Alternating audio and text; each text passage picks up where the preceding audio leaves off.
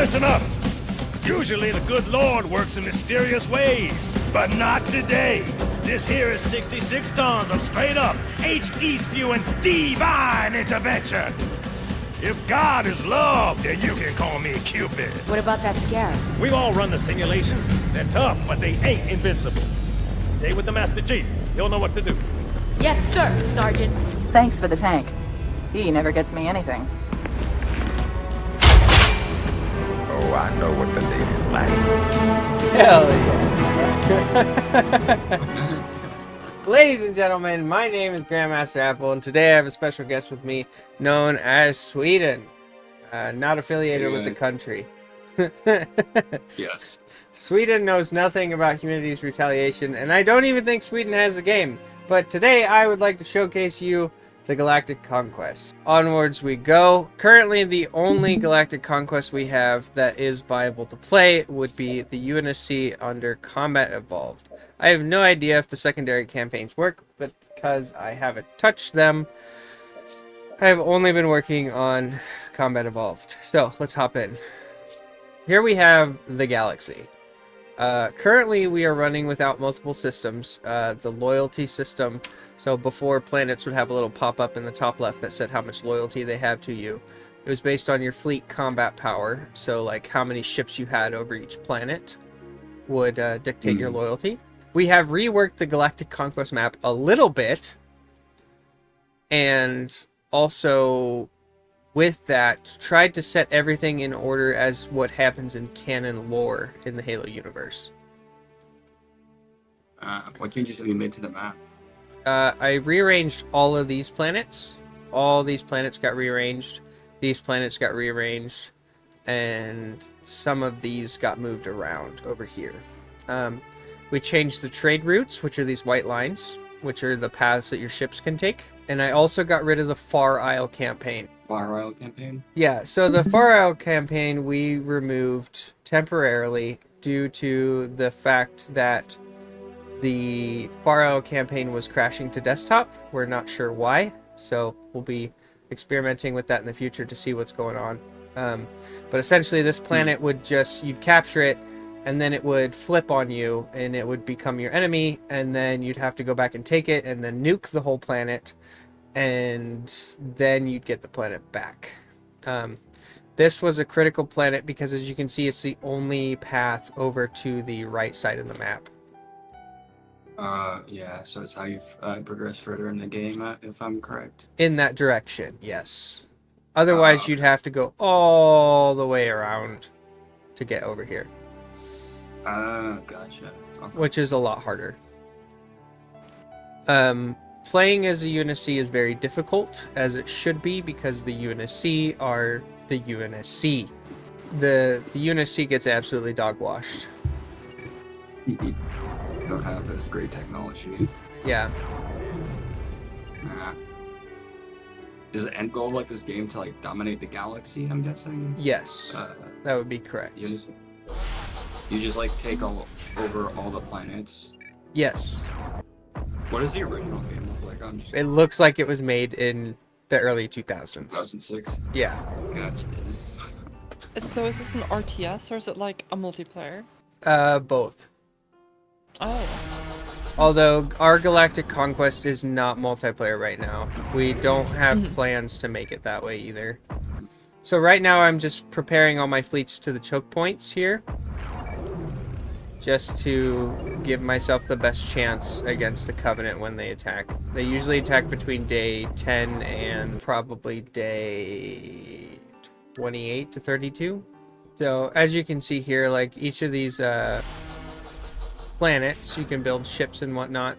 You have to build your shipyards in order to build ships. Certain planets, we've introduced the military academy system.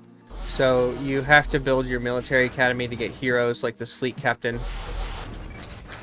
Is there more heroes besides the fleet captain? Yes, yeah, there's plenty. We did make it so that fighters and bombers cannot travel through hyperspace without a ship to attach themselves to. Given the limitations of the engine, you technically could have 60 to 100 squadrons attached to one little corvette. But hey, you know, who's counting? On a couple of the planets, only 2 right now, Charybdis and Illyria, you can build Forerunner mining facilities.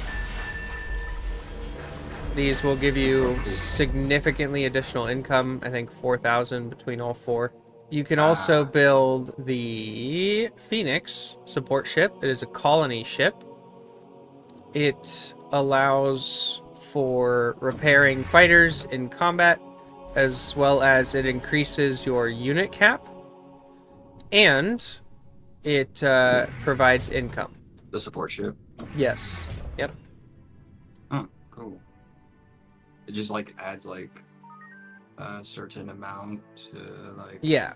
So it adds less to your unit cap than it takes up. So it takes up 38, and I think each one adds 10 to 12 unit cap. So it kind of offsets itself a little bit. On the east coast here, you've got Meridian. This, not early game, will be your primary shipbuilding planet over here, but late game it should be. It does have discounts to just about all the ships. You just have to build it up, get it going.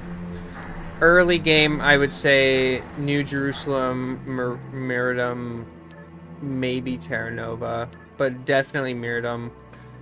This is your, like, oh shit, fleet building planet. So is it better to just like build all your ships at like a Pacific planet and like? A specific set of planets, yes. Gotcha. Does it like take long to build ships? Like, is there like a wait time with that, or? There is a wait time, but it's not too horribly long. Gotcha. Do you have to like queue them at like multiple different planets? I'm guessing. Yeah, you queue them up at multiple planets.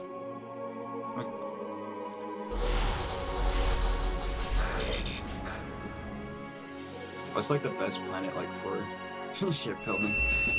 That would be between Reach, Harmony, Earth, and Mars. They're all very good.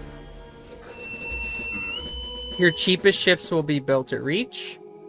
Your fastest ships will be built between Earth and Mars. And Harmony is just a good shipbuilding place in general. Okay, they captured Installation 05. What's up? Where do you start in like in the game? Like what planet do you start on? Here, you start with all of these. Oh, all those. Okay. Yeah. This is just what we have right now for the humans. I don't know if we're planning on adding more planets to the Galactic Conquest, because each planet you add drops FPS, so you have to keep that in mind. Fair enough. Yeah.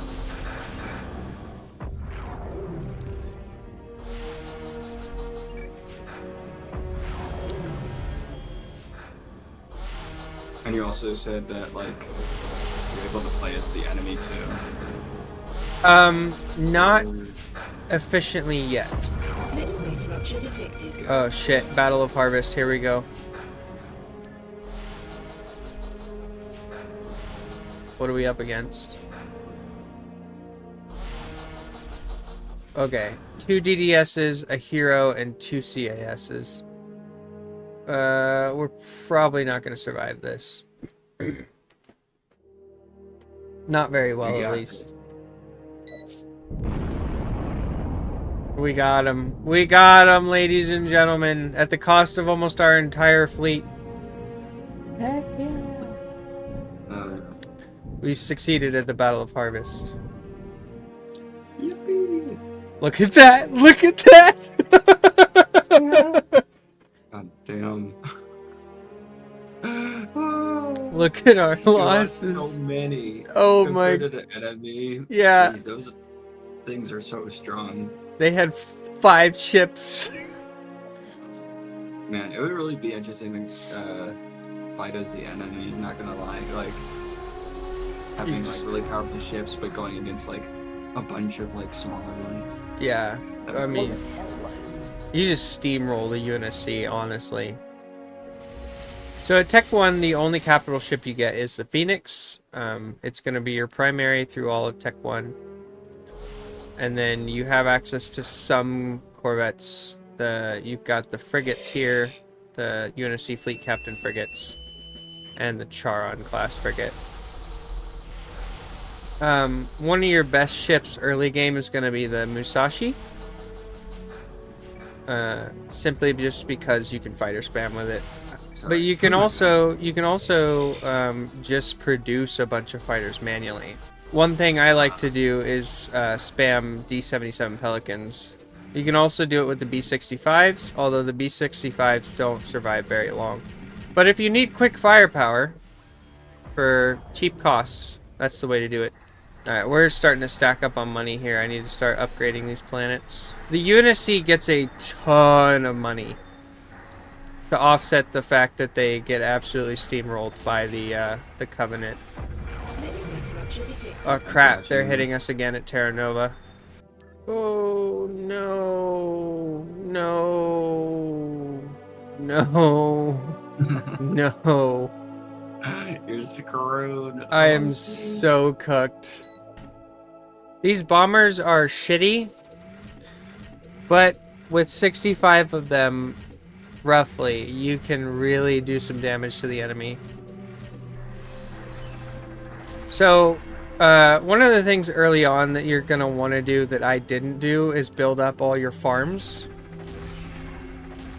These, I believe, yeah, these give you 10 additional unit capacity, as well as they provide a significant amount of income. Does it cost you money if you lose battles? No, it doesn't cost you money, but like, I mean, well, not outright.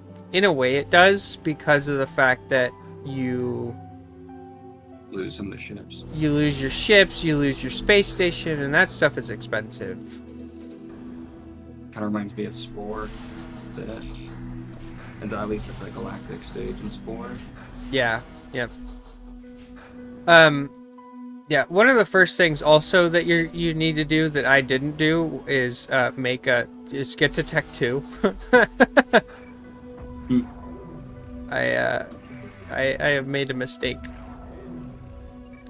Is Tech 2 like where you're gonna make like better ships? Yeah.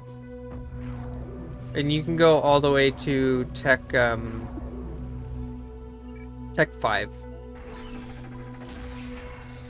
The space stations that you build, by the way, do cost you income. So just keep that in mind, that you need to balance your income with farms and the like.